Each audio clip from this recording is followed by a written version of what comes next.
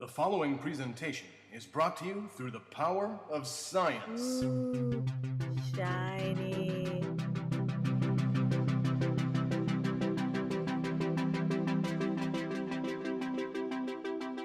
Welcome to Generations Geek, a more or less family-friendly celebration of all that is geeky.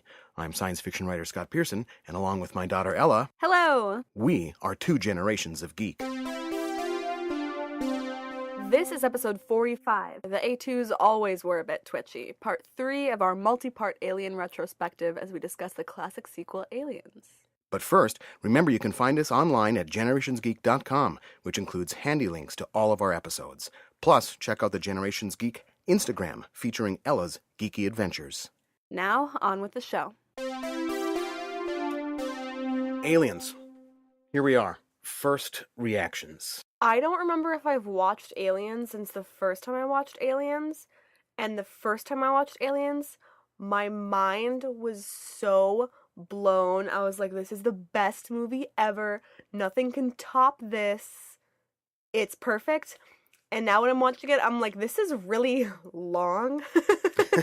Well, and let's talk about that for a second. We watched the theatrical version, and the first time I watched it, I watched the director's cut or whatever. Yeah. And us watching the theatrical version, I was like, this is going on and on and on. We'll talk about some of the differences of theatrical versus director's cut throughout the show probably, but my comment right now would just be that I think the director's cut is too long.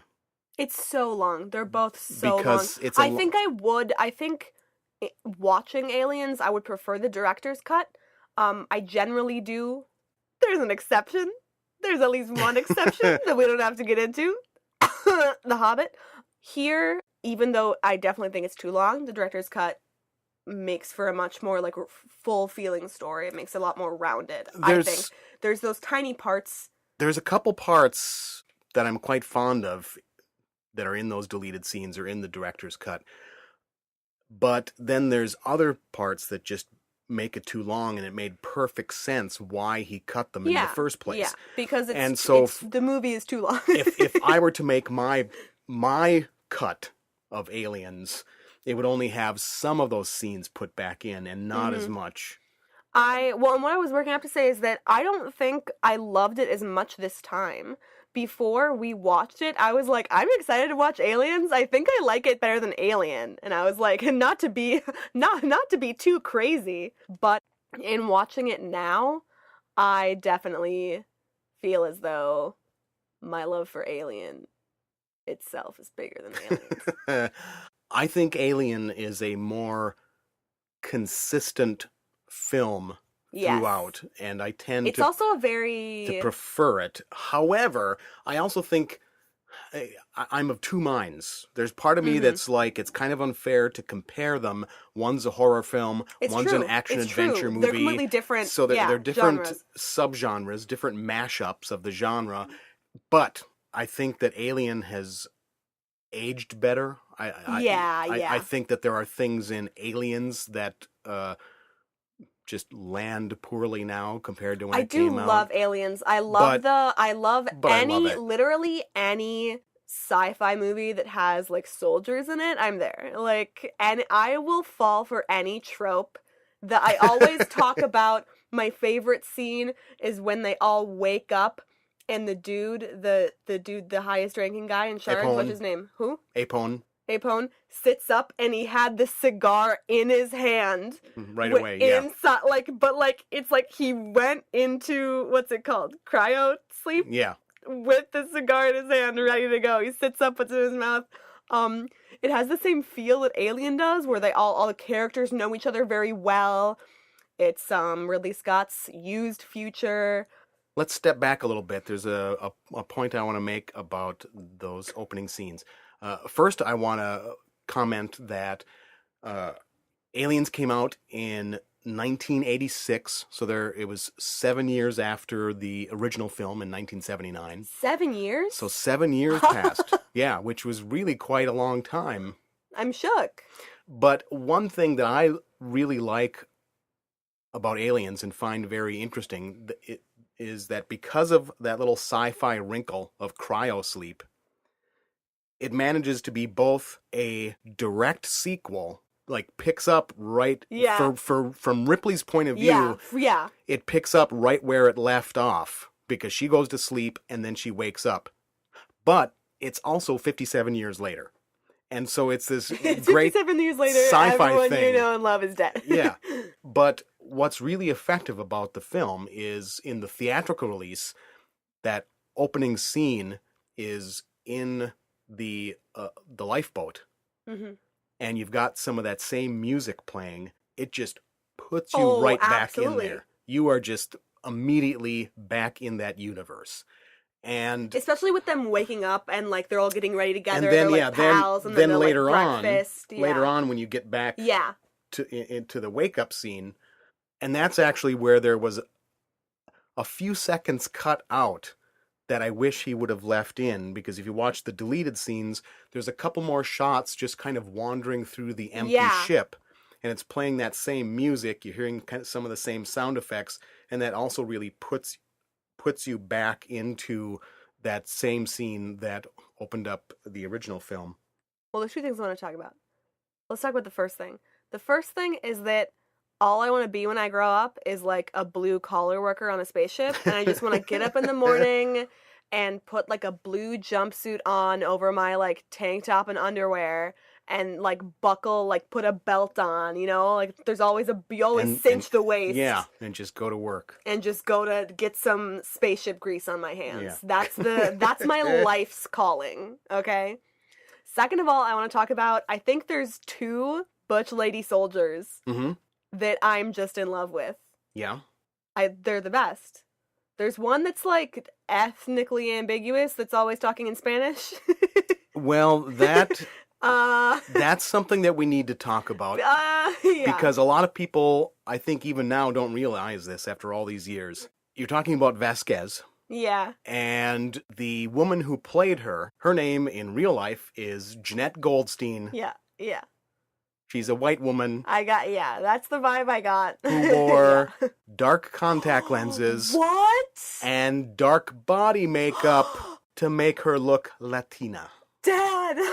Very awkward. If that movie came out now, it would be blown apart because of that. It just seems it's so much effort. It's like where are you funneling your racism at that point? Yeah. It's like, okay, we need a woman of color, but I hate real women of color, so we're gonna make this white lady look exactly like the people I hate. And I don't know that I'd leap to the conclusion that James Cameron and his casting directors hate Latinas or Hispanic people. When we talk about James Cameron, we can talk about James Cameron. But it's still just, it's a baffling decision. I mean, even, I'm sure they're not, well, I can't, but, I'm not sure.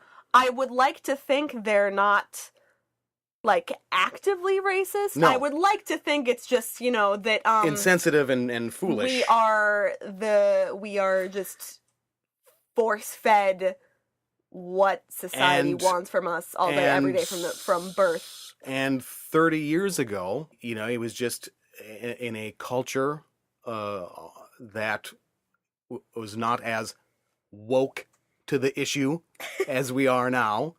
Because, you think of, if you look at something like, say, when Doctor Strange came out and they changing the race of the Ancient One. They didn't try to make her appear Asian or anything. Yeah. She was just a white woman, but they changed, a race of a character to a white woman, and it was really controversial. Yeah. And if you had someone nowadays put on dark skin makeup, it's hard to imagine that could happen. But 30 years ago, it was still in a time when it wasn't, I guess, that big a deal to just like, oh, well, we'll just put some contacts and some makeup on Jeanette, and she'll be Hispanic or Latina, whatever your preference is. You can say stupido, right? You can just say you can have an accent, right? You can be spicy, right, Jeanette? Like, it's bizarre, and I think one of the reasons why people don't notice it is because her character is a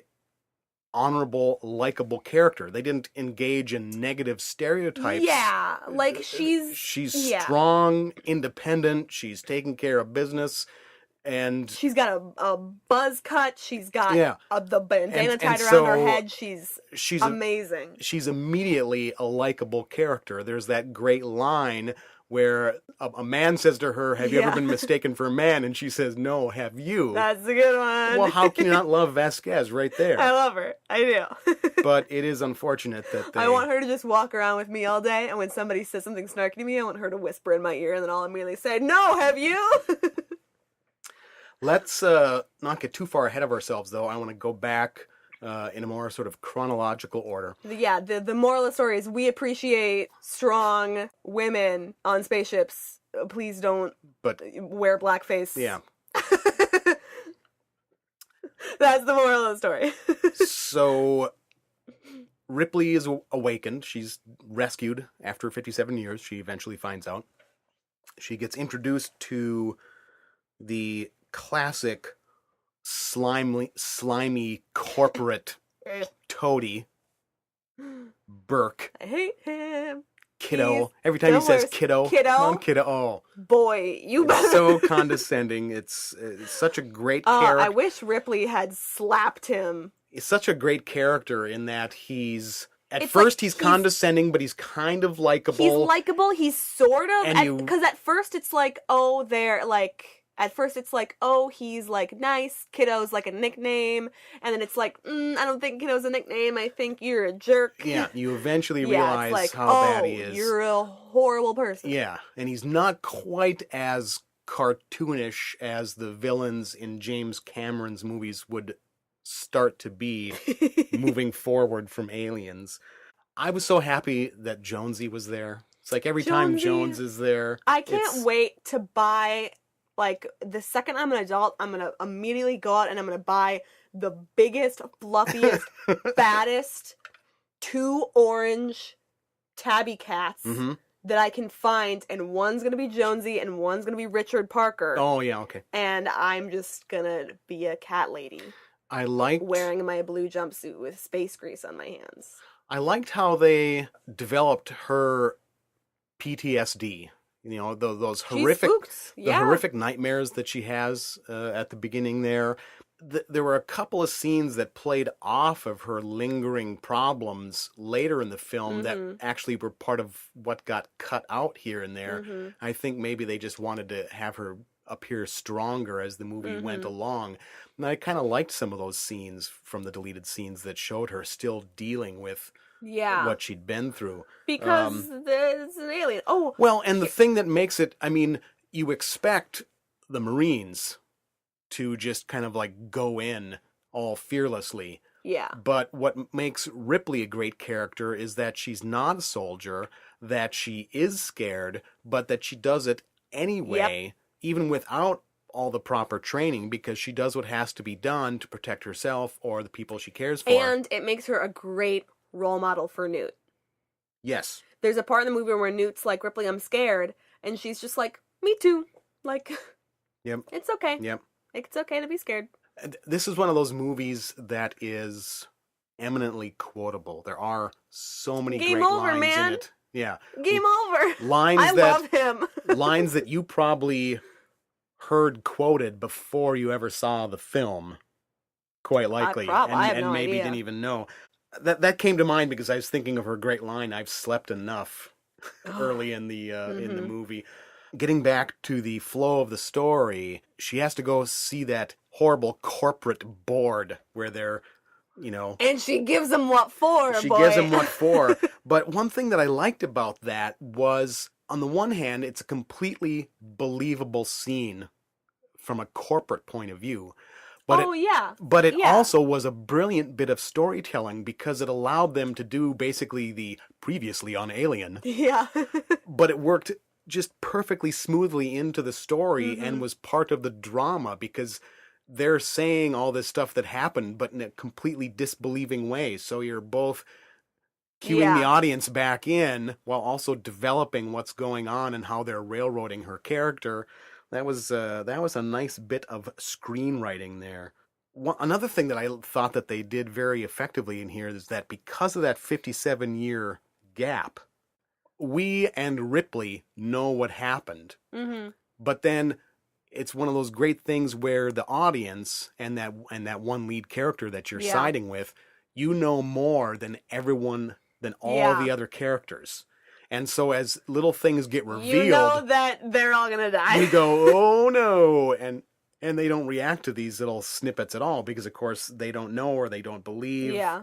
Can we also talk about, okay, we talked about before how nobody in the alien universe ever really alludes to whether or not they've seen any type of alien before. In Alien. I was talking about that in Alien and in the prequels. So, but in there's Aliens... There's a line in Aliens where they're in, it's right after they wake up and they're like getting dressed, and they're like, and one of the soldiers is like, one of the Marines is like, who's that? And one of the other ones is like, she's a quote consultant, unquote, and then they're like, she says she's seen an alien, and then one of the other ones goes like, whoop-de-doo, like, great, and I was like, oh, they've all seen aliens, oh my god! So there it is. Like, I never noticed that before in my one, possibly two other viewings of Aliens. Yeah, and so it was, it's very firmly established. But that in the they're other like, ones, okay, like we all see aliens. It was, some you go out in space, sometimes you see an alien, and boom, perfect, exactly what I wanted. Thank you, James Cameron, for that and nothing else. And that's also the scene where we eventually get one of my favorite quotes. The A2s always were a bit twitchy. Mm-hmm. Because Bishop? Ripley has a great PTSD reaction to finding out she's sitting next to... She does not trust Bishop. And which is like fair, right? Because like it's completely understandable why she would have doubts after what happened with Ash. Because Ash is like the reason why everything happened. He's the one who opened the door. He's the one who was trying to protect it. Hashtag why are androids obsessed with the aliens? It's unclear, except for Bishop. Well. But because Bishop and my my only son, Ash was my only child. Ash was ordered to. Ash was crazy. Well, yeah, and then he went bonkers. He was ordered to, but he was also like. But then, there was Spooktown, something USA. also went. Yeah, something also went. Spooktown, something went the wrong company with him. Spaceship. The A2s always were a bit twitchy. Yeah, that's what it comes down to. I do like Bishop. He has this great hairstyle where it's like what it's like what would you call that hairstyle? It's like a flattened down faux hawk, but like long on the sides. That's exactly it. It's so awkward. And it's almost like he has a comb over on both sides of his head, but like not. I was really staring at that haircut this time. I kind of was remembering, I was kind of thinking, oh yeah, I'm going to take a look at his haircut because I just remembered that it's so awkward. They were just like trying to make him look kind of dorky and... It's no David bleaching his hair while watching Lawrence of Arabia, that's for sure. So they wake up, they get on the dropship, they head down to the planet LV-426, which has been colonized... Shake and Bake Colony. Shake and Bake Colony, colonized while she was sleeping. That drop down gives me another one of my favorite lines from the film. Somebody wake up Hicks. It's horrible turbulence. Everyone's shaking around. Everyone's like throwing up and he's just sleeping. He's out. Poor Gorman, the new lieutenant. It looks like he's going to lose his lunch any moment now. Hicks sound asleep. Hicks is me. Oh, Good night. I'm just going to throw in a comment about music here. It's got a great score by James Horner that evokes the original score by Jerry Goldsmith in Alien at the right moments. Yeah. To bring back those... Agreed. You know. Bring back our own PTSD. And then it adds in some really great sort of martial music for the Marines. However, as I was listening to it this time, I was thinking maybe all the drums are just a little bit too on the nose for the military. We're soldiers. It's very... But it works. I was wondering if you noticed... starts playing. The one funny thing about the score, though, is that James Horner is also the guy who composed the soundtrack for Star Trek II: The Wrath of Khan, which came out in 1982, 4 years earlier. And apparently he was perhaps a little rushed or something in Aliens because basically he reused almost note for note the space battle music between the Reliant and the Enterprise in Aliens. Lord. And so you're going along, and then when you get to like some big, great battle scenes in Aliens, and it's like, You're like, it's Star Trek it's too. Star Trek. It's the same thing. And this happens. Crossover? Same universe much? Just kidding. And this happens. I mean, well, and sometimes it's not always so note for note as this kind of turned out to be. Sometimes it's just sort of style. You have stylistic similarities. If you listen to all the scores of John Williams or all the scores of anyone, you'll start noticing little Howard Shore flourishes of things. Leonard Rosenman did the soundtrack for the animated version of The Lord of the Rings, and he also did Star Trek IV, The Voyage Home, and there's a couple of bits. What a resume. There's a couple of bits in Star Trek IV that definitely borrow pretty liberally from Lord of the Rings, and so if you're a person that really pays attention to the soundtracks, there are these weird moments of deja vu where you get these weird other feelings evoked in completely different films. But overall, the score for Aliens is fabulous. Well, and like the film itself, it takes a great thing and builds and expands on it in a way that just really makes these two films, even though they're different subgenre mashups, horror and action adventure, you can just watch them back to back and they just go together so well. It's a rare sequel that is so effective, and just as enjoyable as the first one. And I think part of the reason is because it's different enough that you don't get that rerun feeling, even though there are elements that are reused. It still is enough of its own that it feels more fresh than a lot of sequels do. One thing I thought was kind of interesting is how in the first film, Ash whips up a motion tracker that Ripley's kind of suspicious of because it just like comes out of nowhere, and she's asking him how it works, and he's like, micro density changes in air pressure or whatever, and she's like, yeah. But then in here, 57 years later, all the Marines just whip out the motion trackers. They've all got them. Yeah. There's no question about them. That was a nice time thing. has passed. Yeah. Okay, so you find the colony laid waste, and this is where one of the things I mentioned earlier in this podcast comes in again, is that as the viewer and as Ripley, you know that when you see... You know exactly what is happening. Melted spots in the floor, you know what the story is. Yeah. Now, finally, some of the Marines are starting to think, well, maybe Ripley isn't nuts because they read the report. Can I just say, if Ripley were a man, they would have believed her. They would have been like, we gotta get some troops out to this friggin' colony. Call the police. But no. Lil Ellen with her perm and her curly bangs. No. Classic mansplaining going on there. Think of it from our point of view. Tell us one more time. That guy was perfect casting. He played like the head corporate bonehead that, I'll tell you something one more time. I love that when she starts saying this stuff that you find all so important, she grabs a bunch of paper. Yeah. You can just see this hand come in from out of frame. The person, like there's a person there is trying to grab it back. My papers. And I love that they didn't then cut to that person showing them. All you see is that little hand. You stay on Ripley and somebody's trying to grab it. Like, no, my files, my folders. So quickly after they enter the thing, they discover Newt.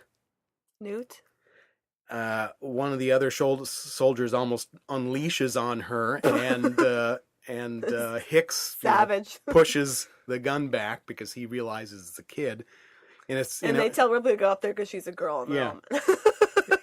But I thought, for me, it almost echoed a little bit in the original. They're on the motion tracker, and they think it's in, this little bin or something, and the thing comes running out, and then, because it turned out to be Jones. Yeah. And it was like kind of the same thing. It's like they're tracking something, and someone's like ready to get it, and yet one person realizes what it is and like stops them. And he's like, it's the cat. I just like the sound effects that come along with any motion from a facehugger or the full xenomorph. The little scuttling kind of... That is the worst sound possible. They could not have picked something to make me pull my feet up off the floor more. I every time I hear that sound I have a heart attack, and I flash back. I read some creepy book in like 4th grade where there was it's called like The Box or something. There was like a box under this couch, and this kid it was like this huge thing. This kid opened this box, and there was like a thing in there, like a scorpion, like a crazy thing, and I'm going off, but this thing crawled out of the box and under the couch, and they was under there, and the kid couldn't get in. It was like a kid and this creepy scuttly thing, and takes me right back to terrifying myself and sleeping with the lights on in 3rd grade, but that might just be me. This was one of the things where the introduction of Newt and the very quick bond that forms between her and Ripley, this is where one of the bits from the deleted scenes / extended version was nice, because there was a little scene cut from the theatrical release where you find out that Ripley had a daughter on Earth who has, in the 57 years that Ripley was asleep, has grown up and passed away. And so Ripley finds out that her daughter is dead.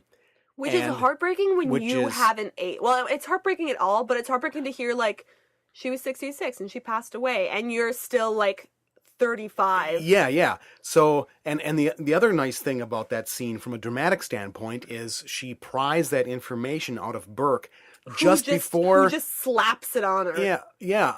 Not even a slap, just there's not even a word. It just oozes. He's just oh, she was 56, she passed away. It's so nonchalant. And then she has to go into that corporate meeting.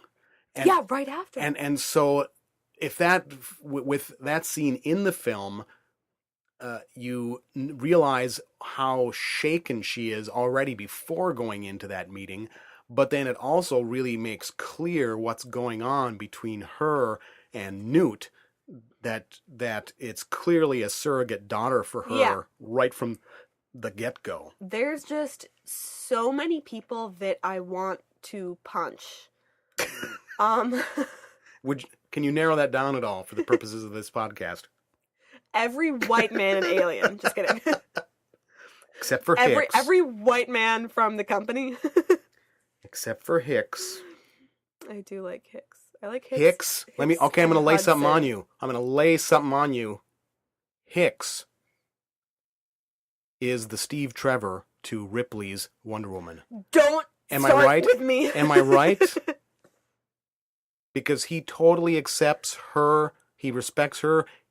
Once things go south, after Gorman is unconscious, he trusts her. He basically lets her take command. He's comfortable. Immediately, he trusts her. Yeah. He knows exactly what she needs. He teaches her how to use the gun. Steve Trevor, Wonder Woman. Oh my God. That's all I'm Classic. saying. I'll just call Chris Pine. Call Chris Pine and Gal Gadot. We're making a remake. Gal Gadot as Ellen Ripley. Perm. If they ever remake. Perm and curly bangs. Okay, reeling it back into my original point. On the one hand, I like putting in the backstory about the daughter because of the extra weight it brings to the Ripley-Newt relationship. On the other hand, it's obviously a retcon. There was nothing she said in Alien that would leave you to believe that she wanted to get home to her daughter. Yeah. So... But she's being a professional. So I can I can understand why maybe that's why they cut it out. Maybe they just said, you know what, this is maybe more of a retcon than we need, and it's not like you need an excuse for her to bond with the little girl. Yeah, no, you don't. So, yeah. Speaking of Newt, I came across, now I've forgotten her name, I didn't write it down. I came across a thing about the woman who played Newt. That was her first and only film. She didn't stay in the business. I guess just recently, in the last several years, she occasionally will do a convention. Yeah, she was here. And she was here just this winter. Oh, really? Yeah. I forgot about that. She was at the same convention that Jerry from The Walking Dead was at. Oh, yeah. But I was like, I don't have money for you.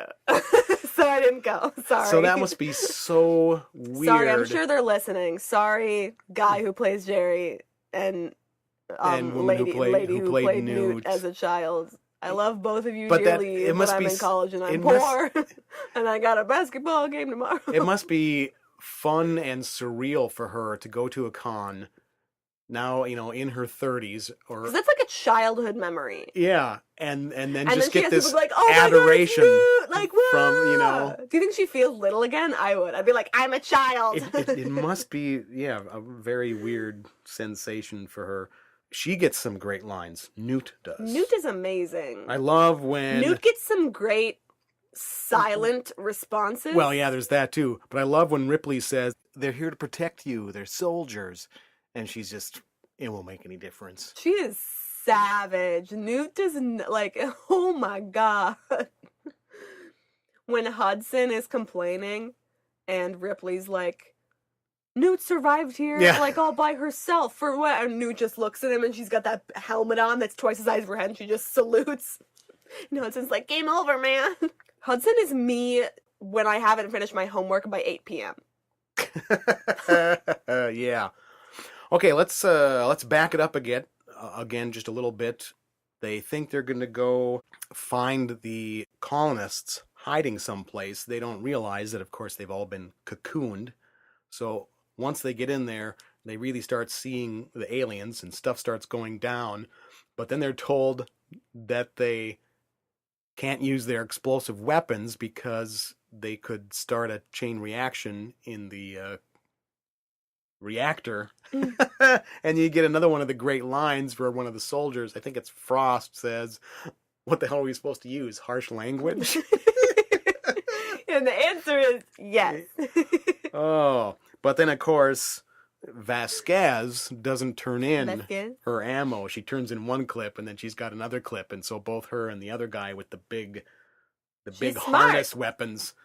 She's a smart lady. She's smart, but then of course I wish she was played by a real Latina woman. When she unleashes, though, she's probably responsible for the fact that they had, But yeah, it's great. You gotta, sometimes you gotta do what you gotta do to blow up the aliens because they're gonna eat you. And then lay eggs in you. Yeah. So that's when everything goes south and poor new Lieutenant Gorman on his second only combat mission freezes up and Ripley just has to take charge. Which she didn't want to do in the first place, but the men were listening to her. The men and one lady wearing a suit to show that she was on the side of the men were listening to her. and the only good thing that Burke does in the entire movie happens right there. It goes by very quickly. You can almost miss it. Ripley takes over. She gets in the driver's seat to go after the Marines and extract them, and Gorman is trying to stop her, and Burke kind of pushes him aside and says, "You had your chance." One thing Burke did right. Slay. But once things get really bad, then that's when your man, Hudson, comes in. He's freaking hysterical. He's so funny. He's losing it all the time, getting all those quotable constantly lines. Crying. Game over, man. It's supposed to be annoying. Everyone else, all the other characters are annoyed. They're like, "Shut up, Hudson! This can't be happening. Stop talking." And I'm just like, I am Hudson.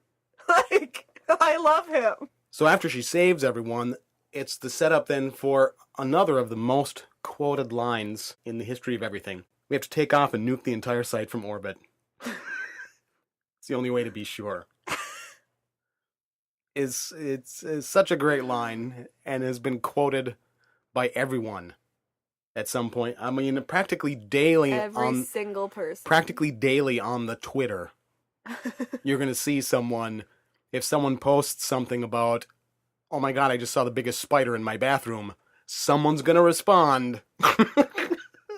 You just know it. But then it also is a great bit between Ripley and Hicks, because she says that, Burke says, "No, no, no," and then she is able to pull on him the rank thing and say, well, with Gorman unconscious, Corporal Hicks is next in the chain of command because it's a military mission. Then Hicks then just repeats what she said. It's a great little bit. And at that point, of course, you're happy to see any time that someone goes against something that Burke says. You still don't know the full depth of how evil he is, which oh my god, comes up later. God. So they're going to take off and nuke the site from orbit. And so they call the dropship to come pick them up. And then there's the great bit where the guy comes running onto the ship and he puts his hand down and comes up in some slimy stuff. And so once again, you as the viewer know exactly what's happened, that one of the xenomorphs is on the ship. So that's a great, exciting scene. Pilot gets taken out, the dropship goes out of control, comes crashing at them. They're running away as the thing is exploding and pieces of stuff are flying all over. Because then it's after that, I think, that we get Hudson saying, "Game over, man." Game over, man. Game over. So then they just get back inside and they're trying to figure out what they're going to do. You get another one of the most quotable lines in the movie from Newt. They mostly come out at night, mostly. That's such a great line of dialogue, and that's the repeat of mostly at the end of the sentence just makes it for some reason. I don't know why. This podcast should just be called Most Quotable Lines from Aliens. Yeah. Because it is just one of those movies. Because from there, then we move into the scene in the med bay. First, it's a very touching scene. Ripley putting Newt to bed for the night.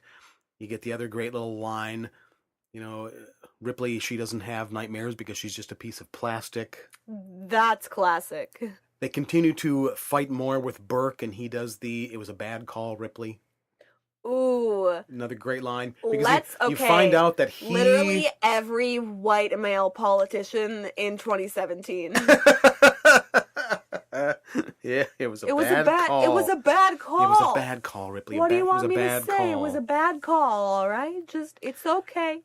Because that's when you find out that he sent the colonists out to the site where the ship was. He's like not really apologizing, but he expects you to be like, I accept your apology. Some classic stuff right there. It's a bad call, Ripley. They realize that their only chance is to bring the other dropship from the Sulaco down by remote. But because of technical difficulties, Bishop has to go out to this antenna through this conduit. That's such a claustrophobic thing. It just gives me the shivers when they cut open that conduit and he gets inside there and there's just enough room for him to crawl down that conduit. It's tight. It's just that I know that he's a robot. So I'm like, you're made of tin. It's okay.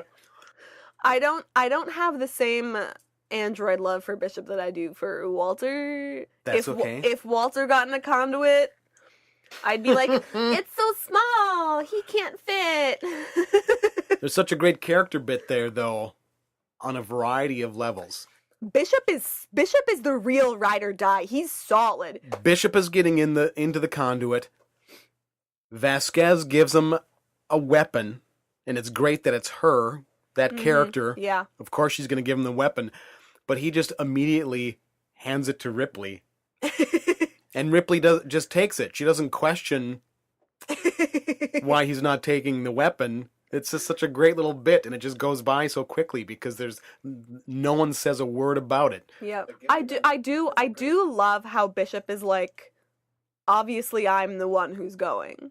Like, obviously this is going to be me. Like, that's what the androids are on the ships for. You know what I mean? Yeah. Like, they get these bad raps. The company's corrupt, but Bishop's the guy. I would introduce Bishop to Walter. And I would cast him in my roommate sitcom with Walter. He's the one who comes running in the door like Seinfeld. Then, there's the great little scene that just shows the growing bond between Hicks and Ripley when he teaches her how to use the pulse rifle. Yeah, that's good. And I really like what they did with Hicks and Ripley because They clearly like each other. They clearly are Mhm. developing an emotional bond, but it's not overtly romanticized. It could be just as much be friends as That's what I being like. a romance. Give me that gray area best friends Yeah. nonsense And when you're fighting the aliens. yeah, they didn't force in a real romance there. Not that everyone wasn't immediately, as we would now say, shipping them. What would you have said then? I don't think that the truncation down to shipping was in the geek lexicon Really? yet in 1986. 1986, pre-internet. Now we get to the first real, out and out, there can be no redemption scene with Burke. Everything has already gone horribly wrong. But up until this point, as you were having a growing dislike for Burke, this is a whole different level. Because what happens then is... It went from being a smart aleck to I'm trying to murder you. He releases the Facehuggers in the med bay with Ripley and Newt. A child! He goes in there while they're sleeping. Oh, and let's just back up and say, what a great little bit when when Ripley goes in to check on It's Newt. Sigourney Weaver, let's be real. and realizes that she's sleeping under the bed, and she just goes under the bed and goes to sleep with her. Very nice, touching scene. But then she wakes up, realizes the Facehuggers are out, reaches up on the bed for her weapon. Oh my god, that shot and the weapon is gone. It pans up, I don't know if that's a pan, but it's like the shot is on Ripley and she's like spooked and she's going for her gun and you know she's going for her gun and it just, the camera slowly lifts up to her hand coming over and there's no gun. Landing on the empty bed. So when you realize that Burke had to have been responsible, then that's where there's no redemption, because it's like what he tried to do was so reprehensible. That's what you were talking about at the top of the podcast, the scuttly, because then you get, oh my god, you get there's the two facehuggers in there, and they're just scampering around, coming after her. Scampering. Oh, it's so, oh, what a great scene. It's literally a nightmare, because they're trapped in that little room. Mm-hmm. There's nothing they can do about it. Their blood is acid. You know, like, oh my god. Yeah. So they're trying to decide whether they're just going to summarily execute Burke or not. But then they never get there, because then that's when the aliens attack. They're in the ceiling. Which, how smart are they? There's that bit that later where the power goes out and someone says they cut the power. It's like, how could they cut the power? They're animals, man. It's like... Well, there's a point about that we'll discuss in a little bit. Also, not only are they in the ceiling, but when they realize they're in the ceiling, one of the Marines... Hicks. he just, pops his head up there. He peeks up there. He, lifts the thing and puts, his shoulders and his head up there and then turns his light on and is like, ugh, and it's like, that's... And it's just thick with them crawling toward him. It's just so, oh, man. It's like, they know that they're in the ceiling. They know they're in the ceiling because they have the motion detectors, and the motion detectors are saying 1 meter, but they're not there. They're not under them, so they have to be above them, and he's like, I'll just pop my head up there. I'll just pop up there, and I'll look, and I'll come back down. And now we really start losing everyone that's left. Hudson goes down fighting. He's got some great lines right before he goes, where he's yelling at the aliens, oh, you want some of this? How about you? You want some of this? It's hilarious and fabulous, and but then he gets pulled down by the aliens. Shortly after that, the moment you've been waiting for, Burke, unrepentant, because he runs off in all the confusion and then locks a door. And it's like, at that point, what are you even doing? How do you think you're going to get off of this planet without the help of these Marines? And yet you're still just turning on them. I locked the door, I'm safe. It's like, oh, but then of course he turns around and he gets the jaw thing. I love it. In his face. They don't show it, of course, but you know what happens. So now, Newt is leading them through the ductwork. And it's great. They just have to rely on the kid to show them the way out. And then, great redemption scene. Poor Lieutenant Gorman, who was unconscious for a long time, who froze up during the first combat, but now he goes back for Vasquez because Vasquez gets overwhelmed by aliens. She's like, her leg is injured because of the acid blood. He goes back for her, but then realizes, they can't get out, and he pulls out a grenade. They're going to take themselves out and a whole bunch of the aliens. So it's a great redemption scene for Gorman, but unfortunately, the explosion is then what causes Newt to fall down into some flooded tunnel just as they're about to escape. And Hicks and Ripley just go after her without any question at first. But then Hicks, when she's actually taken by a xenomorph, Hicks makes the call, the horrible, hard call that they have to leave without her because they've only got less than a half an hour until the nuclear explosion. Can I just, I would. Anybody that's yoinked by a xenomorph and you've got a half hour, I don't even know if it would matter if I had a half hour. If you're yoinked, it's like, I'm out. Like, I'm leaving right now. This is a living nightmare. Hicks made the rational call at that point. Yes. So they get back to Bishop. Hicks got wounded by acid blood on the way there, so he's kind of down for the count at this point. And then there's another great exchange there where Ripley says, "We're not leaving." And Bishop is just like, "We're not?" It's a great, it's just kind of flat because he's an android, but it's still like that subtext there, like, what? We've only got, he's like tapping his wristwatch. Clock's ticking, Ripley. Tick tock. I'm made of tin, but I'll still die, so I'm made of tin and milk. But then, so she's only got like 15 minutes, but she goes back. It's like, I know she's still alive, which of course she doesn't, but this is another part where the motivation is given more depth by I'm not going to lose another daughter angle. But in the theatrical release, you don't have that because that scene was cut. Mm-hmm. But again, it's not like you're questioning why is she going back to the little girl. Yeah. You totally get it. But, it is a nice added layer when you know about the lost daughter. But on the other hand, in the original, she went back for the cat, for crying out loud.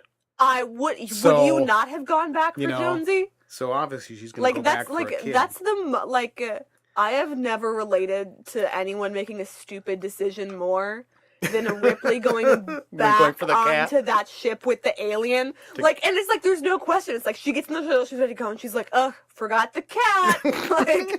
It's like if she went to the grocery store and came home and was like, forgot the eggs. Guess I have to go back. Oh my God. So she finds Newt because of the scream. The little girl, she has a scream. Oh my gosh. When they have her unleash that scream. That is such a tense scene. The egg pod thing opens up. Oh my God. And that's when she starts screaming because the thing shellacking itself out. And those fingers start coming out. Oh my gosh. She finds her and she's trying to break her out. And then, what a great moment. There's so many great moments in this film that I found, they still have the same sort of impact. Yeah. Now. So she's running. She's carrying Newt, trying to find her way back out. She knows where she's going, basically, because she was laying down flares as she went in. And she steps into the Queen's chamber without realizing. She's always like, all of a sudden, she's in this other room, and she starts looking around, and she's seeing the eggs. Yeah, that moment of and then this great slow reveal where you see the what's it called? The ovipositor, just big, undulating, slimy thing, putting the eggs gently onto the floor, and then the camera pans up and across this whole egg portion of the Queen's body. It's so gooey and gross and then you get to the actual body and she sees the Queen. Oh my gosh, it was such a great reveal. And man, to see that on the big screen. Yeah. Oh. Now imagine camera pans, slow pan, all the way up, gets to the head, and the thing's like, hey, Ellen, what's going on? Sup? You back? And Ripley's like, you know me, trying to murder all your kids. And she's like, I know, here I come. Rip! when you were asking earlier about how smart are the xenomorphs, the drones aren't necessarily that smart. It's the queen that's smart. And there's a little bit... You think the queen cut the power? Or directed them to, because it's before she was still connected to her egg Ew. body. But listen to this. There's a bit in that scene. This is another thing where I think it goes by very quickly and lots of people don't notice it. But when Ripley is staring at the queen's staring at Ripley, there's various drones kind of coming in from various entrances. All DJI Mavic Pros. That's how you know they're serious. And what? I'm sorry, I didn't hear what you said. Said they're all DJI Mavic Pros. That's how you know they're serious. I'm an old man. I don't know what you mean. It's a drone. Oh, that's a brand of... Yeah. Okay. See, that would have been such a nice joke if I was hep enough with what the young kids these days are doing to recognize the reference. Because then I could pull a Captain America. I got that reference. It's like I'm frozen in ice, people. The kids today, I don't know what they're talking about. So Ripley looks at the queen. She shoots the flamethrower off to the side. Then she looks back at the queen and she points the flamethrower at the eggs and looks at the queen. And the queen sort of like looks, and then the drones back off. I can't believe I forgot about this. She actually threatened... Hostage situation. Yes, and the queen understood it, and the drones backed off. And so there's the implication there that the queen is much smarter and that she has some sort of, who knows what, telepathic, chemical signals, whatever, but she can order the drones about. It's a really interesting concept for the species but then she's like, that goes by murder fast. Time. And then she gets makes a questionable decision there. The whole thing's about to be destroyed in a mushroom cloud, but even as she's getting out of the door, it's like she can't just back out. She has to like torch the place because take this. And you're kind of like, well, Ripley, you need to get out of there. Butt. But she's all loaded up. Well, I forgot to mention that earlier. I was going to say, when she's getting ready to go down for Newt, it's like the greatest gearing up scene in the history of cinema. As she's like taping her weapons together and gathering all the ammo and stuff. But then, when you were asking about how smart they are, then the other thing is the queen understood the elevator. How so? Well, she went up in the elevator when Ripley and Newt get in the one elevator and goes up, and then there's like a shot of the queen, and she like looks over at the other elevator, and then she follows them up in the elevator. Sometimes I wonder how much I think when I watch a movie and how much my brain is just like, we're doing the same thing we've done every day for 20 years, and just switches off. Because I did not clock that bit at all. There's lots of action adventure going on, and so sometimes there's lots of action adventure going on in my head. Sometimes, So they get out at the top, Ripley and Newt, but the dropship is gone, and Ripley, who still has questions about Bishop, immediately thinks that he's just abandoned her. But no. But no, he just, he's a ride or die. He had to come, he had to leave because the platform was unstable and everything's blowing up, but he comes back just in time because the elevator opens. There's the queen, but they get on the dropship. She's like, I can use buttons now, they take Ellen. Off. Aliens AU, where the queen is just like a suburban mom, and Ellen is just moved in with Newt.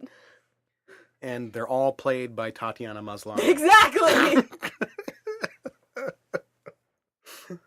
But then you have to have that final twist, like in any great horror film or slasher movie, even though this is an adventure film. But, you still need that extra final thing at the end. And, oh my gosh, So the Queen has hitched a ride on the dropship in the little like compartment where one of the landing gear goes up. She comes out first. She rips Bishop in two. What a horrible scene that was in the first movie. Well, what's great is so she like thrusts her spiky tail through him, but then it evokes a chest burster scene. Yeah, yeah. And so that plays nicely, and it's just so bizarre. You're wondering just what is happening. It's like how can there be a chest burster? And then all of a sudden this big spike comes through him, and it's like, well, what's that? What's going? It was such a great surprise twist. I wish that they could laugh. Who's they? The aliens. Like I wish that it was like. Because then, yeah, she was definitely would have been a place. But like really like nerdy. Yeah, and of course, then that sets up one of the most iconic lines and scenes, because you get the big loader battle. Ripley and the loader versus the Queen. What more can you ask for? Nothing. Nothing. What? That's peak. Can we talk about how Ripley's first name is Ellen? Does that not seem like the right name for her? Does it seem like the right name to you? I've known that was her first name since before you were born, so I can't remember what kind of reaction I might have had to it when I first learned it. It just seems like the entire, like an alien, she's Ripley, and then in Aliens, she's Ripley, and then later it's like, tee I'm Ellen. What's, Hicks' name? His first name? I've forgotten already. His given name? His Christian name? But yeah, we're talking now about one of the scenes that was deleted from the theatrical cut. I think that was in the director's cut, where right before Ripley goes back for Newt, she and Hicks exchange first names. Although I get how that was kind of a touching moment, that's not a scene I miss. Just like, to me, Ellen, it's like Ellen DeGeneres and Ellen Page, and there's no room for any more Ellens in the picture ever. It's just like, it just makes me like feel like Ripley needs to be like a witty like lesbian. Which like I'd be here for whether or not her name was Ellen, but yeah. So we get the loader fight scene, including the iconic line, "Get away from her, you bitch." This is one of our special Grupp editions where we're discussing an R-rated film, so I just we're allowed to use the language they use. I let the B word fly. Another line that is quoted constantly, but it's such a great fight sequence, and I love the bit where the Queen's inner jaw is snapping. Oh man! And it can come through the cage of the loader, so she's just like. Ripley's in there like dodging her head back and forth as this thing shoots in. It's such a great sequence, and when the whole thing tumbles into the airlock. Oh my god, though, the part where she's like holding on to the ladder and it's just her arm, it's like that would snap. Or dislocate. Oh my god, it stresses me out so much every time because like the feeling of pressure on your arm like that at all. Oh my gosh. It's terrible. Then, one of my favorite scenes. And then after this, Ripley could never doubt Bishop again. Bishop, torn in half, saves Newt. During decompression, Newt loses her grip. She's sliding toward the airlock, and Torso Bishop grabs her. Bishop is a ride or die. Oh, man. She finally... It's almost on par with Walter flinging himself at the alien when it comes for Daniels. Almost. And then, of course, you get the scene after the alien falls out into space, and Ripley is able to shut the doors so the decompression stops, and she's able to get to Newt, and Newt calls her mommy. Oh. It was a nice cry. scene. And cry, again, time to cry. Extra little layer if the detail of her having lost her daughter was in there, but it still works perfectly fine as is. Bishop gets to say not bad for a human. It's like he's be able to give her a little attitude back for all of her anti-android thing. Then you get another touching little scene because now they have to go back into cryosleep, and so then you get Ripley putting Newt to bed again, but this time Newt seems to kind of be looking forward to the idea of dreaming because she's not talking about nightmares. She says, will I dream? Yeah. There's some really nice dialogue in this movie. There's these nice character arcs and nice things. Also, imagine the dreams you would have during cryosleep. You're asleep for like months. Mm-hmm. I go to sleep for like 3 hours and wake up and be like, I don't know what's happening. But like, cryosleep, I think it's insane.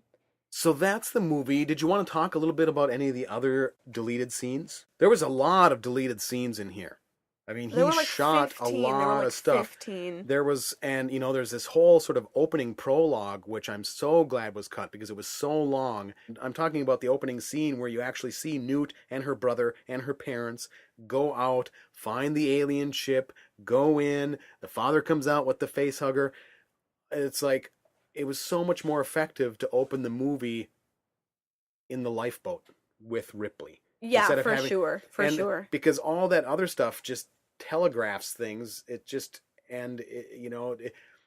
takes the mystery out of them going to the colony because you know that the aliens have started.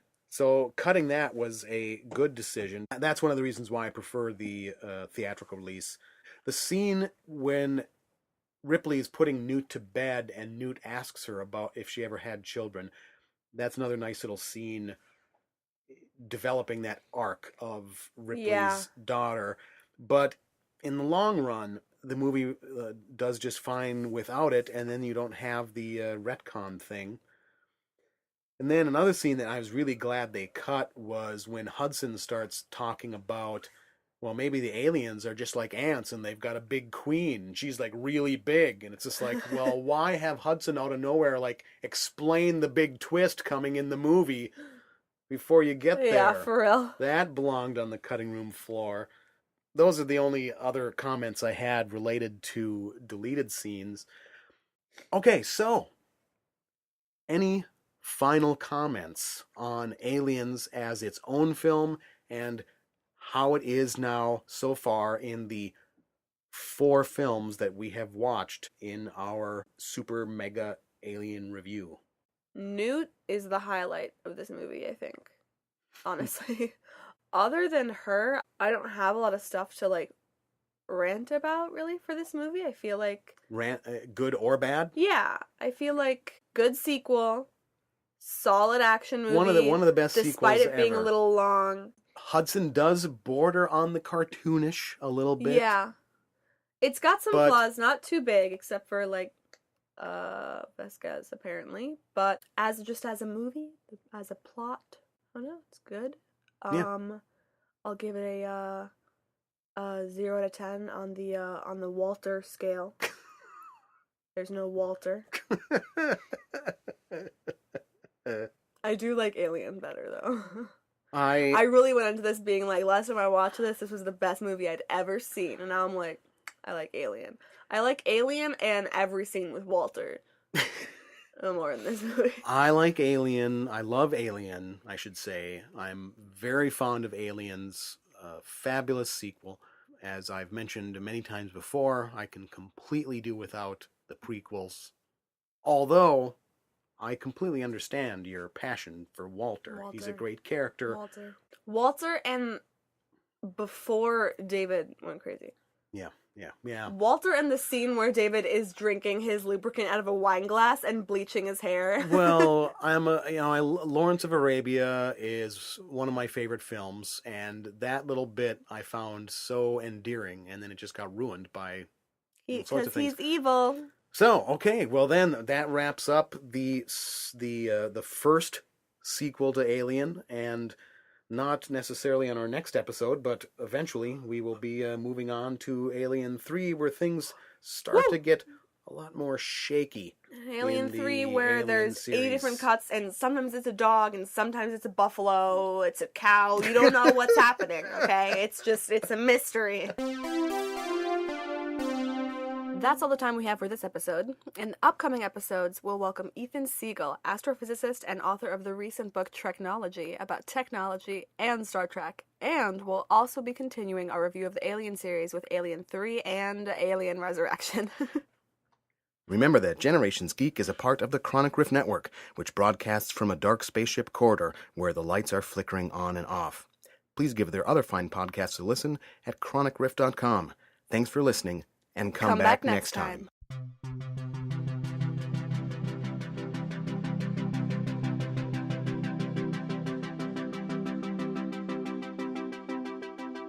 No geeks were harmed in the making of this podcast. Shiny.